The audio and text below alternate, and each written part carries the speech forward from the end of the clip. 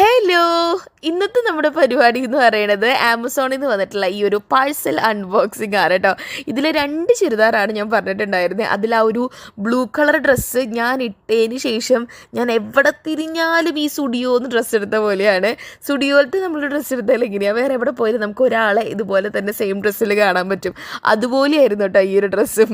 ഈ ഡ്രസ്സിട്ട് ഞാൻ എവിടെ പോയാലും എല്ലായിടത്തെയും ഈ ഒരു ഡ്രസ്സ് ഏതെങ്കിലും ഒരാളെങ്കിലും ഇട്ട് വരാതിരിക്കില്ല.